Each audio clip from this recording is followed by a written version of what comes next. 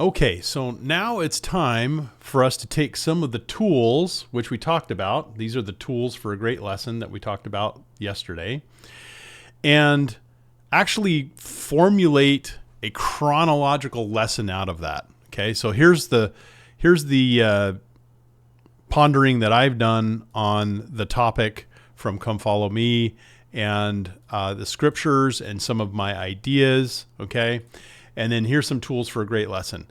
Now, this software lets me, like create another idea, and what I'll usually do is just select everything, and I'll gray it out like that, so that my ideas are sort of here, and then my chronological lesson is here.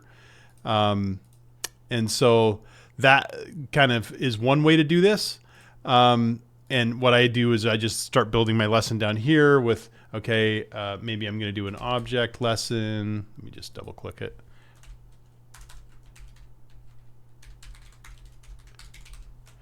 And maybe it's going to be,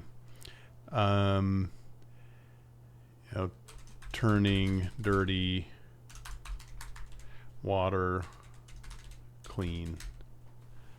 So there's a little object lesson you can do where you have dirty water and you put some stuff in it and it cleans, makes it crystal clear.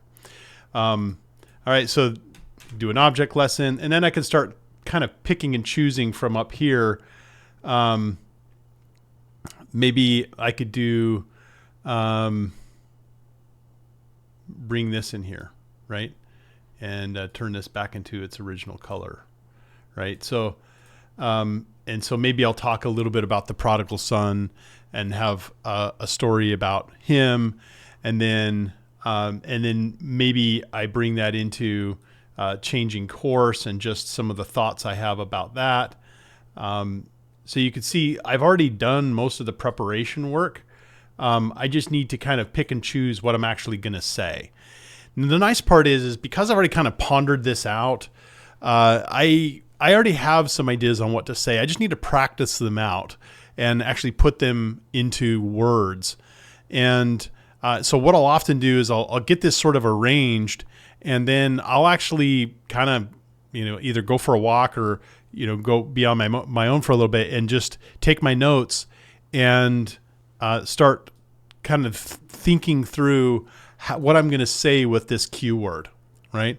And it's powerful. And then one thing I'll do is I'll put questions in. So, and maybe I'll color my questions differently, but maybe this question would be, when was a time that you changed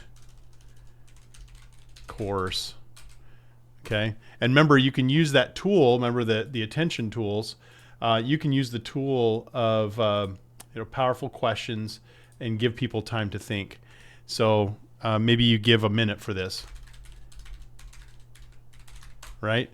So again, you can see just the lesson sort of self-assembles in a lot of ways if you've already sort of got your ideas out. It's just a matter of actually being able to make the connections, right? The connections between these ideas, and how do I connect these ideas? So if I'm going from prodigal son to changing course, so we've talked about the prodigal son, and maybe you say, well, there was a point with the prodigal son where he changed course. Right? What was the point that he changed course? And, it was when he was with the pigs, and, he was realizing, my father had such a better life for me, So, let's talk about changing course, and, let's take 1 minute and talk about when was a course change for you, and what was that? So you can get the idea that being able to produce the lesson now that you have the tools over here and you've got your ideas over here kind of figured out. So what I want you to do is assemble in a chronology the keyword ideas that you've got. And again, you can just use a pencil and paper for this. I'll put a link to the software in, but you don't have to use this. You could just put your ideas down. And again, what I want you to be able to do is look at that one word and be able to speak maybe for 5 minutes on that one point, or maybe it's an activity you're doing, or maybe it's a question that you're going to give some time for. This is what's going to generate the sequence of your lesson. Okay. So that's the homework for today. What I want you to do is just create that sequence for your lesson, just using keywords. And then what I want you to do is practice from there. So I'll finish this, and tomorrow I'll show you the version that I've got, and then we'll talk about practicing.